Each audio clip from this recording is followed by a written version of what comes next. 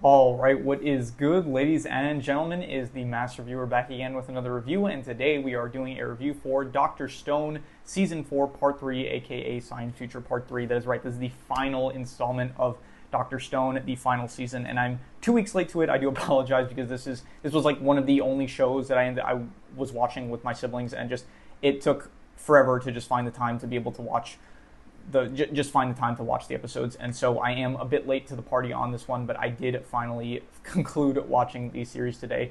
And yeah, this show is just honestly, yeah, one of my favorite anime of all time. And yeah, let us spoiler alert, because this is relatively new, so I will be mentioning spoilers. But yeah, so I was planning initially to do an episode like what I was doing with JoJo Part 7, where it's like I was going to review each individual episode and just make like a short of it, kind of discussing my thoughts on it. But then the way it ended up turning out, I only ended up finishing watching it now, so I'm just doing a full season review of it. And so let us just begin starting out with the plot. So the plot of this season is that now, after the events of the last season, the Science Kingdom is now teaming up with Zeno, and they are taking on their final challenge, which is facing Y-Man on the moon. So the first, I would say, pretty much most of the actual season is pretty much just devoted to the Kingdom of Science kind of coming up with technology that they will need in their final encounter with Y-Man, which basically consists of the rocket ship itself, the engines that they'll need, them reviving the necessary people around the world in order to create the parts and material that they'll need for the rocket ship. They end up, along the way, they revive. There's only one new revived character this season, which is Sai, who turns out to be Ryusui's brother, which I was not expecting. So yeah, Ryusui's brother Sai, he is introduced in this season, and he is just another fantastic addition to the cast of characters. He is a programmer, and so he is the one that does all of the math that is necessary for the rocket launch, as well as he ends up helping Senku to create, basically, I think, the internet, something like that. Like, I'm not exactly sure what state it's in at this point, but he does help Senku to create, like, they make television, they make stuff that is able to record, and so, yeah. And basically, the season is just a build-up of them preparing to make it to the moon. Eventually, they even revive Stanley, and they have a team of Senku, Kohaku, and Stanley, and they end up going to the moon, where they end up finally confronting Y-Man, and then we get the big reveal that that Y-Man is not actually a person. It is the Medusas themselves. They're a electronic parasite, and their whole goal was basically to they would search out for a planet that was sending out radio waves because it indicated intelligent life. They would go there. They first petrified the swallows, because then it would cause the actual intelligent life form to start producing more waves, yeah, like electronic waves, while they communicate with each other. And so then they figure out, okay, the humans are the dominant species here, so their plan was to petrify all of them. It's not like the greatest plan, if you really think about it. Their whole goal was like, okay, we'll petrify them, and then the ones that are smarter and have a higher cognitive function, they'll, I guess, stay awake longer, and they will end up, it'll be easier for them to revive, and then they'll see their whole thing is that, like, the goal of organisms is survival, and so if people are petrified, then they're not dying, I guess, by proxy. So I think that they also were thinking that, okay, once they see the restorative properties of petrification, then they will end up taking care of us and stuff. So I think that it is not the greatest plan, because, like, even if someone gets revived, it's like they wouldn't initially know about the restorative effects of petrification, I guess. So anyway, it's not like the greatest plan ever, but anyway, so the big reveal happens, and yeah, so Senku, he ends up trying to make a deal with the Medusas, saying, like, help us out, and we will, like, let's have humanity team up with the Medusas, and we'll, like, create some crazy shit. But none of the Medusas are willing to work with him, except for one. There's one Medusa that does, which actually does kind of, like, help follow along with the trend of just, like, no matter where they go, they end up, like, picking up new members to join their Kingdom of Science. So kind of, like, I guess, signifying that no matter where you go, there's always going to be people interested in science and, like, the progression of, like, what's possible with, yeah, just what's possible, I guess. So they end up, this one single Medusa ends up joining Senku and the rest of the Kingdom of Science, and then finally we have just the finale of the show is a time skip. I love when shows do time skips; it's always fun. So we have a time skip of basically a few years in the future of what is going on, and just, yeah, it's great things all around. You have Senku working with Chrome, Suika, Zeno, I'm pretty sure, Joel, Kasaki, they're now planning to build a time machine, so they're advancing past already. By the way, apparently the entire events of the show are like 10 years. I'm pretty sure they mentioned, like, in a decade, they said that they managed to go from, like, stone tools all the way to a rocket. So at this point, they're completely going past that. They're now building a time machine. And so I'm pretty sure that there is a short manga sequel called, like, Dr. Stone 4D, something like that, and so I might check that out, because if it is a sequel, then I would be interested in seeing what happens next. And yeah, besides that, Taiju ends up finally marrying Yuzuriha, so that is just a great conclusion that I'm sure everyone was waiting for. Yeah, also, just some random moment out of nowhere, Chrome is like, hey, by the way, Ruri, when this wedding is over, at some point we should get married. Just completely out of nowhere, especially for his whole character being the entire time just being very oblivious towards Ruri, I guess. So besides that, there is Ryusui. He's like very rich and stuff. He's just like expanding his Nanami Corporation empire, and not like in a greedy business kind of way, just like helping fund a bunch of like being a giant business mogul, I guess, but like in a good one, like not a stereotypical greedy one, I would say.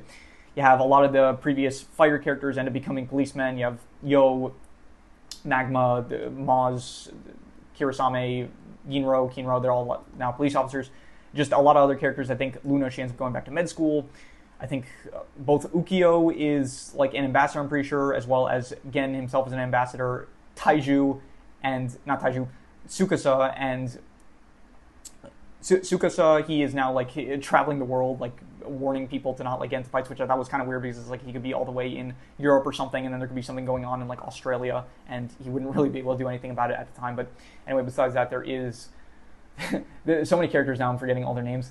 There is Yoga, who is teaching people his his technique, his sphere techniques and stuff, so that is going on. So yeah, just a bunch of great conclusions that we get to see for like all these characters and stuff.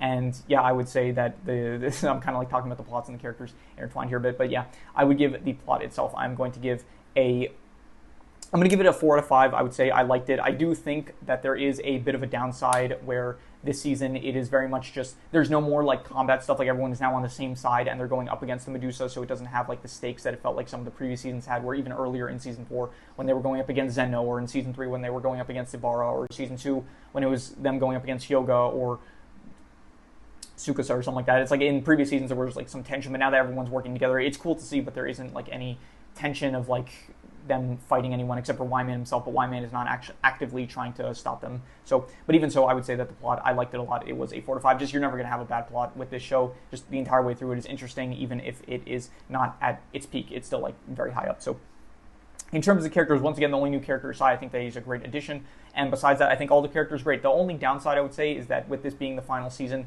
and the nature of the show now, where it's like all the characters, they are very much split up on their own kind of different missions, it is a bit just like compared to other seasons, I think other seasons may have had a bit of a better job, where it's like we have this cast of characters and it's like we're able to give everyone an equal amount of screen time, it felt like. Whereas at this point, it does feel like there is just a decent amount of characters where it feels like they get overshadowed, just because we are, at this point, so many people are being revived and the entire gang is like split up across the world and stuff. So it does feel like there are certain characters this season that you just don't get to really see as much as you maybe would have gotten in previous seasons, like Joel, other characters, like anyone that's on like the police force squad at the end, like Kinro, they're kind of like, you barely see them anymore. Matsukaze, even Tsukasa, Hyoga, like these bigger name characters. Like this season very much focuses on Senku, Chrome, Suika, Zeno, Taiju, even Yuzuriha, like a lot of big characters still, Ukyo, Gen still. But it does feel like there are just some characters in the background that you just don't really get to see as much as you may have used to. So, but even so, I would say that the characters are definitely, I'm going to say an 8.5, because they are still amazing characters, even though I would say that there is the downside of just not having all of them like together like you would have had in previous seasons, where even in season 4, where it's like there were kind of like split up characters and stuff, it's like you were still working with a much smaller pool of characters that there were, where at this point it's like they're reviving so many just random side characters now that it feels a bit diluted and just like they're all spread out, and so it's just not all condensed into like one cast of characters that you're just able to share a lot of screen time with. So in terms of the settings, just once again, we're still in the Stone World here. Pretty much nothing like too different now. I think they go to Europe for a bit, and besides that, I think they do go back to Japan in the season and Treasure Island for their base of their launch site for the rocket in the end. And I would say that all the settings, like very much at this point, it feels like there are certain areas that are feeling very much, they're starting to get very modern. It's like you got some like actual buildings, like modern day buildings that you would see nowadays. They start constructing and stuff. And the settings I would just give, and I would say they actually go to space, they go to the moon, which it's fine if the moon's like kind of barren in nature. So yeah, overall the settings I'm going to give probably, I'm going to say 8 out of 10, I guess. Great settings, as usual, nothing too It's not like they're finally making it to Treasure Island or America or something like that, where it's like it feels like a whole new switch up. But it's still, it all works. It's all like great. I would say 8 out of 10. In terms of the visuals, I still think that this art style is very good. And they do a bit of 3D work with Wyman, with the introduction of Wyman himself. They do have like this 3D model of a skeleton made of Medusas and stuff, which I think it's fine. Like there is always the debate of like how 3D, how CGI ends up looking in anime. And most of the time it doesn't look the best, but in this case I think it looks fine. I don't really have an issue with it. The actual art style itself, it still looks very good, I would say. And yeah, in terms of the visuals, there's some rocket launches and stuff. It looks pretty cool. And yeah, just overall I would give the visuals probably just I'd go like a 8 out of 10, 8.5. I'm thinking between great and amazing. I'm going to be a bit harsh. I'm just going to say 8. Not too many, like, not as much fights and stuff or anything like that compared to previous seasons, but it still works pretty well. I'd say 8 out of 10 for the visuals. In terms of the worst thing, I would say the worst thing is probably just my least favorite thing. I was talking about this with my siblings. They had like a bit of an issue with the whole reveal of Wyman because they did hype it up a lot, and I guess for all the possibilities of what Wyman could have been, this one was like definitely not one that I theorized or like any of my siblings theorized, and they said like it felt a bit disappointing. I wouldn't say it's disappointing. It does feel like for the amount of time that they spent building up on it, I feel like the fact that maybe it wasn't like you sometimes like these big reveals they feel more impactful when it's like an actual character, like a person or something like that. But in this case, it wasn't, and so it's not like the best reveal I've ever seen. I wouldn't even call it like a very great reveal. It's a fine reveal. It's like this is what they decided to go with of what Wyman was going to be. I think it's fine. I think it works for the purposes of the story. I don't really have a problem with that as much.